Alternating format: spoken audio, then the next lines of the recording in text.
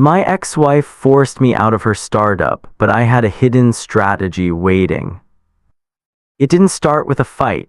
That's what I always imagined it would be, a dramatic shouting match, maybe something broken, something you could point to and say that was the moment everything fell apart. But no, it started with a silence. A long, unbearable, almost polite silence. The kind that creeps in like fog under a door, quiet and dense, until it settles in your lungs and you forget how to breathe without it. We were in the kitchen. She was making tea, her back turned to me. The kettle had just clicked off.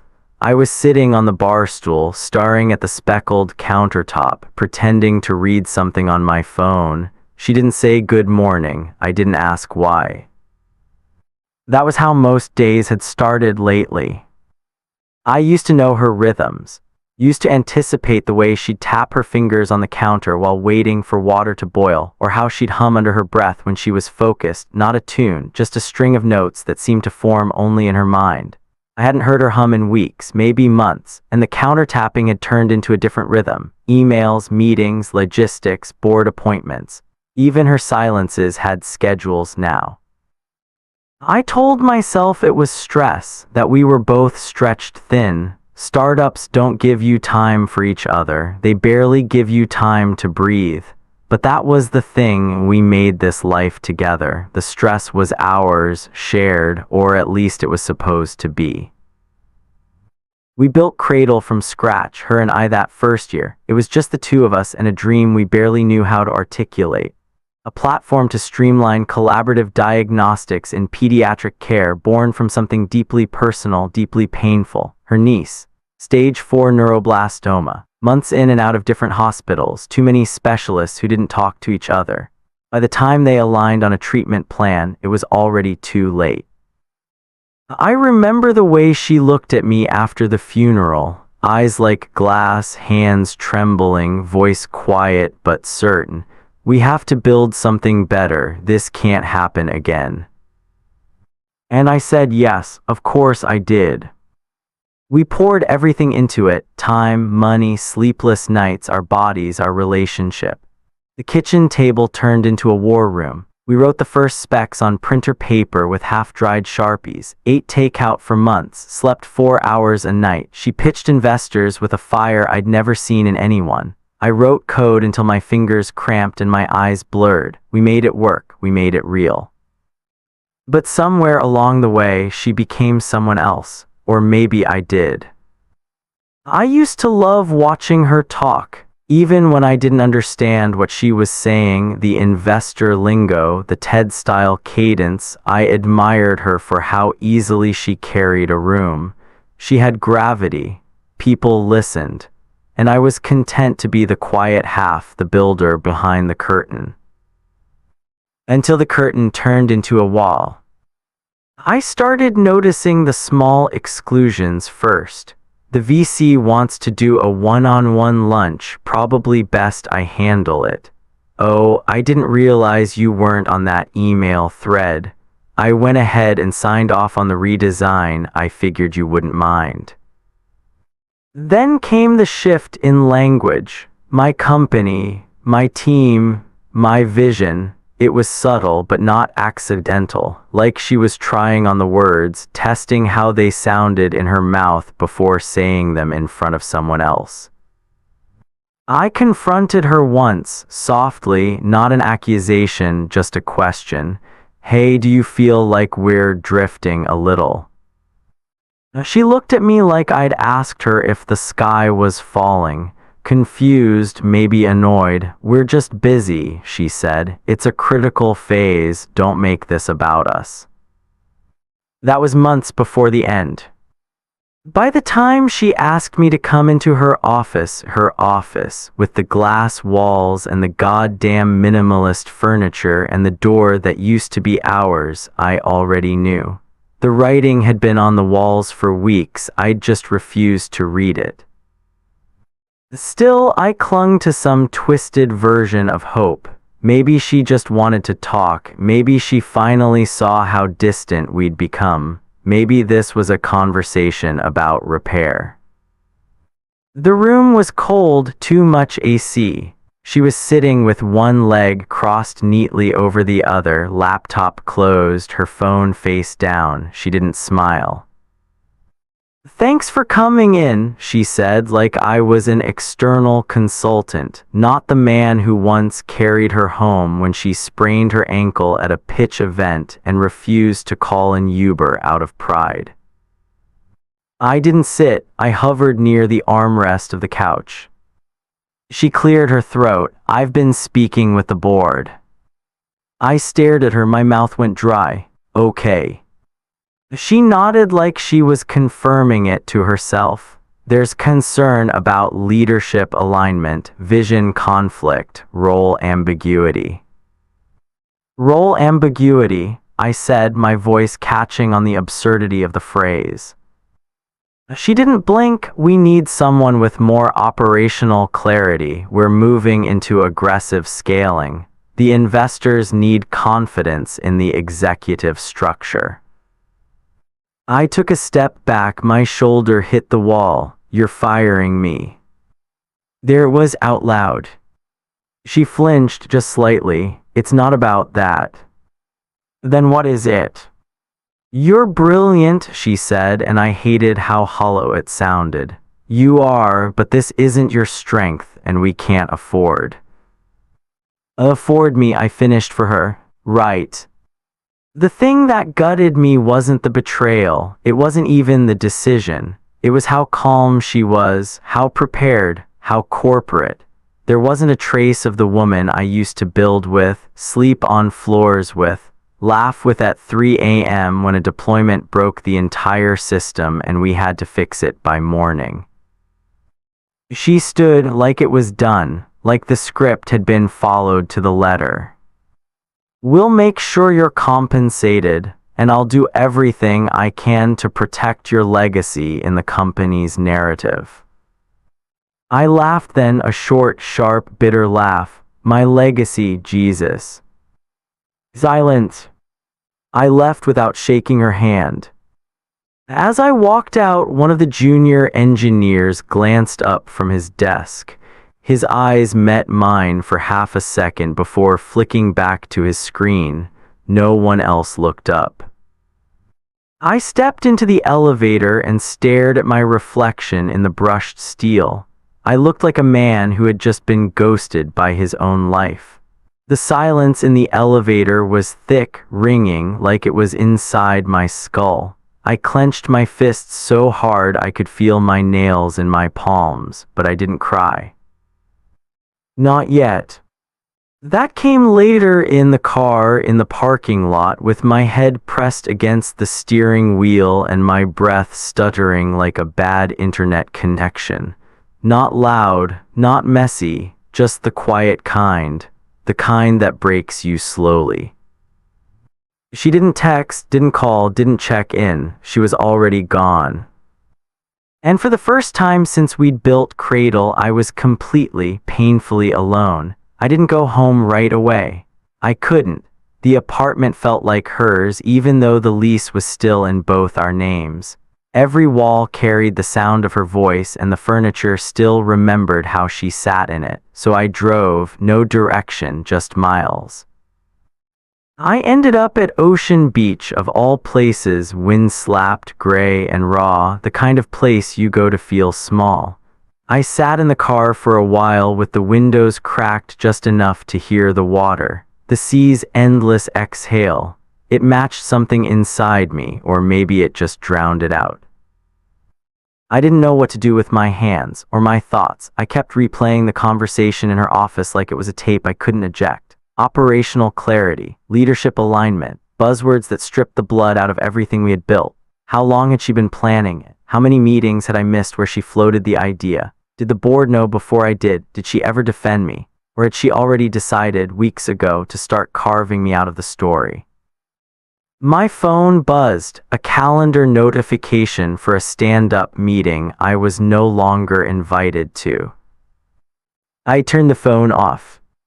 That night I slept in my car, not because I didn't have anywhere to go. I still had the apartment, technically, but because I couldn't face the silence waiting there.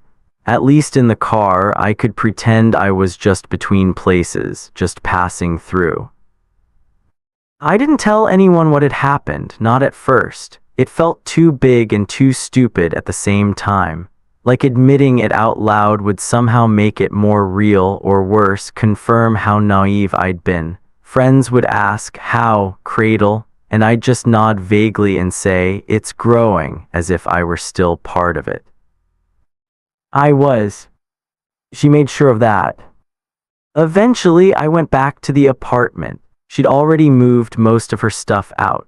All the signs were there: no hair ties on the nightstand, no half-drunk cans of sparkling water scattered on the coffee table, no scent of her after a shower, no charging cables knotted in the outlet near the bed. It was eerie how clean the space felt, like a hotel room after checkout. She left a note on the fridge, just one line written on a sticky note in her sharp, efficient handwriting. "Let's keep this civil. I'll have my lawyer reach out." I stared at it for so long it started to blur. Let's keep this civil. Like we were neighbors who had argued over property lines. Like love, if that's what we ever had, was something tidy and sortable by lawyers. The legal process was quiet, mercifully. We were never married, not on paper, though we'd called each other husband and wife long enough that it had become second nature. California law didn't care about sentiment. My lawyer was a tired man who talked in timelines and options and kept saying, "You're lucky she's not pressing for your codebase." She could have. I'd written most of the early architecture on my personal machine before we formalized anything. But I'd saved every version, every time-stamped push, every email chain where she praised a breakthrough or asked for changes. My receipts were digital and detailed. I had spent sleepless nights protecting that code, shaping it, refining it like it was part of my body. And now I had nothing to do with it. So I drifted. It's funny, the things you notice when your life has been amputated. The sound of the refrigerator at 2 a.m., the weird creak in the floor near the bathroom. The way your own reflection looks unfamiliar in the mirror when you haven't spoken aloud in 2 days. I stopped answering calls, stopped checking email, ate whatever didn't require more than boiling water or a spoon. I think I was waiting for something, a message, an apology, some reversal of fate, but nothing came. She had vanished, surgically and clean. I wasn't even a ghost in the halls of Cradle. I was a redacted name in a pitch deck, an anecdote she'd someday tell as part of her origin myth. There was someone at the start, she might say, but it didn't work out. Eventually, I wandered into a co-working space downtown, one of those hip, underheated buildings with reclaimed wood walls and too many succulents. I hadn't gone there to work. I just didn't want to be alone anymore, and libraries made me feel like I was waiting to die. I paid for a day pass and sat at a corner desk pretending I had something to do. That's where I met Caleb. He ran a tiny consultancy out of a glass cubicle with a chipped door and a whiteboard full of chicken scratch math. He saw me staring into space and offered me a cup of oversteeped tea like it was a life raft. "You look like you've been inside a startup implosion," he said. I laughed for the first time in weeks. Close. He didn't press, just nodded and slid me the tea. "You want a code? I've got contracts backed up and no bandwidth. I can't pay you much, but it'll keep your hands busy." That was all I needed, not money, not validation, just something to do with my hands. I started writing little snippets for him. Data wrangling, light ML optimizations, fixing someone else's spaghetti Python. It was quiet work, but it kept me from drowning in myself. At night, I'd go home, open my old hard drives, and sift through the wreckage, early Cradle drafts, the scaffolding of what we tried to build before the investors, before the marketing, before the politics. I found a prototype I'd almost forgotten about, something too early, too raw, too bold, but it had promise. It was risky, yes, but it was mine. And as I stared at that code, lines I had written 2 years ago in the dark while she slept beside me, something inside me flickered. A pulse, a breath, a seed. I didn't know what it would become yet, but I knew it wasn't over. Not really. Not for me. It started to come together in the still hours. The kind of quiet that used to haunt me, now I filled it with code. There was something ceremonial about it, like stitching myself back together through every function, every line. The prototype I'd found buried in my old backups, the unstable framework she once called a beautiful mess, became my anchor.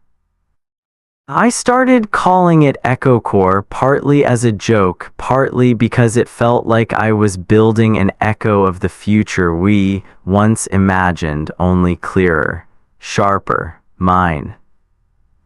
I worked with a kind of obsession I hadn't felt since those early Cradle days. Only now the urgency didn't come from trying to impress her or land funding. It came from somewhere deeper, like survival. I needed this to exist, not just to prove I still had something left, but to remember who I was before I let her speak for me. And it worked. Not all at once, not in some cinematic flash of viral success, but people started to notice. First, it was small-time devs looking for a leaner back-end architecture. Then a couple of bootstrapped startups who didn't want the bloated costs of enterprise licenses. Someone on Reddit benchmarked it against Cradle's public APIs and posted the results. EchoCore was faster, more flexible, and didn't require proprietary handshakes. It spread from there, quiet and fast, like a spark moving through dry grass. I didn't advertise, I didn't brag, but I made damn sure the GitHub README carried my name. The message came 2 weeks after that Reddit post went semi-viral. Subject: we need to talk. Simple, blunt from her. For 10 minutes I stared at the screen. My stomach was a tight fist. My first instinct was to ignore it, let her live in the silence she left me in. But curiosity is its own kind of poison. I replied with a time and place, the same cafe we used to work out of back when we couldn't afford proper office space. Neutral ground. She arrived 5 minutes late. I recognized the sound of her heels before I saw her, a sharp, deliberate rhythm. I didn't stand. I just watched her cross the floor, wondering how someone could look so familiar and so foreign at the same time. She sat down, no hello, no apology, just business. I've seen what you're doing, she said. Her voice was clipped, measured. She had always been good at pretending she wasn't angry. EchoCore is a problem. I tilted my head. Problem? You're using IP that originated with Cradle. No, I said calmly, evenly, as if I'd rehearsed this line in my head 100 times because I had. I'm using code I wrote before we ever incorporated, code you rejected, code that never made it into production. Her lips tightened. It's derivative. And Cradle is. I leaned forward slightly. You think I don't recognize my architecture under all that polish? You think a name change and a UX facelift makes it yours? She blinked, not in shock, in calculation. We have a legal team.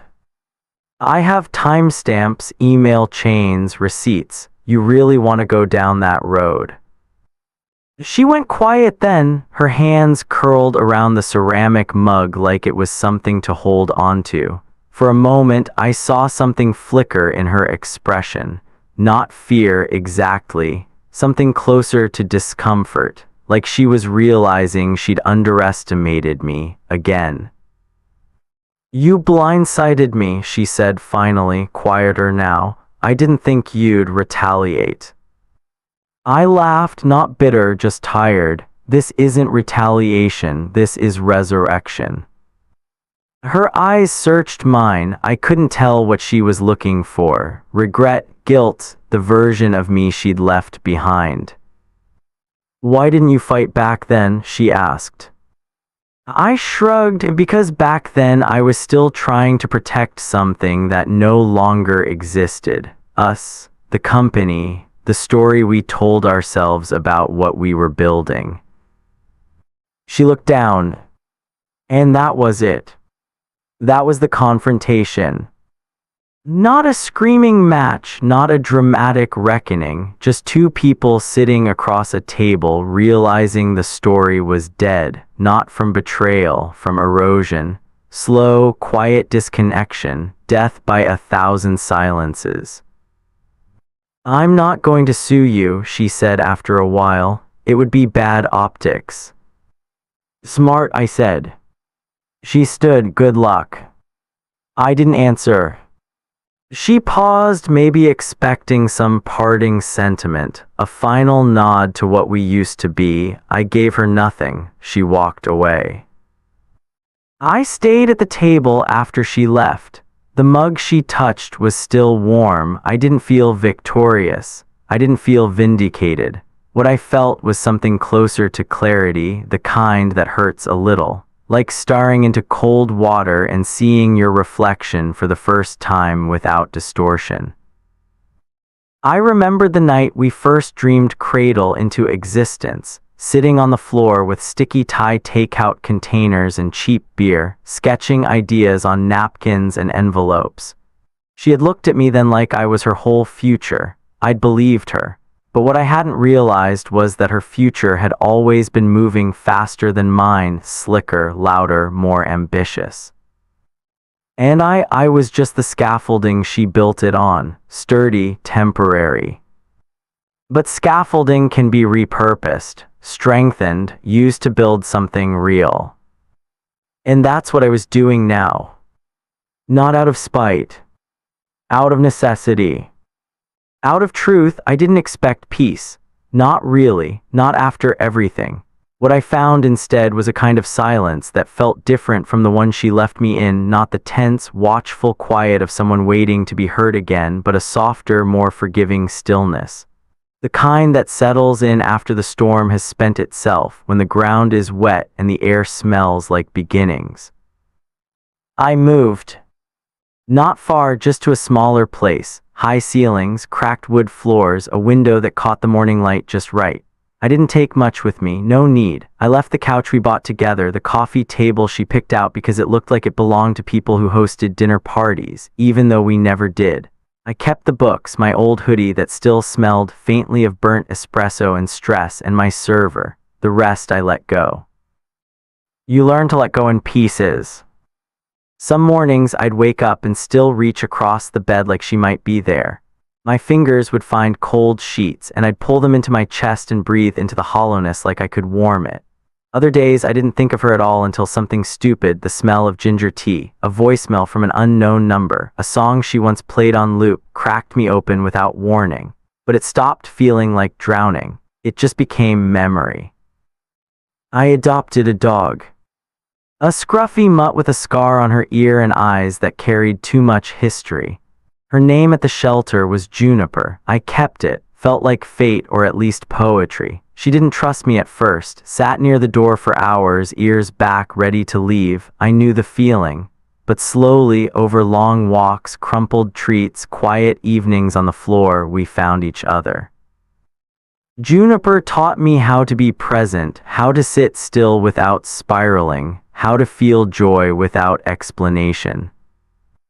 Meanwhile, EchoCore grew, not fast, not flashy, but steady, honest, the kind of growth that came from people who actually used the product and liked it, not investors, not press, just real engineers building real things. I got messages from founders thanking me for keeping it free, for documenting it well, for not locking features behind paywalls. A few wanted to donate, one offered to invest. I declined. I didn't want to build another empire. I just wanted to build something that wouldn't collapse under the weight of someone else's ego. Something that could outlive the versions of ourselves we'd had to leave behind. Sometimes people would ask about Cradle, quietly, like they weren't sure if they were allowed to. I'd just nod and say, it's doing what it was designed to do. I didn't say more, not because I was bitter, because I didn't need to. She reached out once more, months later. Just a short message. Hope you're doing well. I saw the latest EchoCore update. It's beautiful. I stared at it for a while. Then I archived it. I didn't need her validation, but I also didn't need to hate her anymore. There's a strange kind of freedom in realizing that the person who hurt you doesn't get to define you or even haunt you. They just become part of the story, a chapter, a necessary break in the narrative that forced the plot to shift. Now my days are quiet but full. I wake up early, write code while the light pours across my desk. Juniper snores at my feet. I make coffee in silence, the real kind. No podcasts, no distractions, just the hum of the machine and the slow exhale of a world that's not rushing me anywhere. I'm not healed. I don't think healing works like that, like a finish line you cross. But I'm present. I'm building. I'm no longer waiting for someone to come back and explain why they left. The prototype she once called unstable, it's now helping hundreds of teams around the world work faster, cleaner, better. And me. I'm not trying to be anyone else's co-founder anymore. I'm just trying to be myself, the version I lost somewhere in the race to prove I belonged. And this time I'm not in a rush.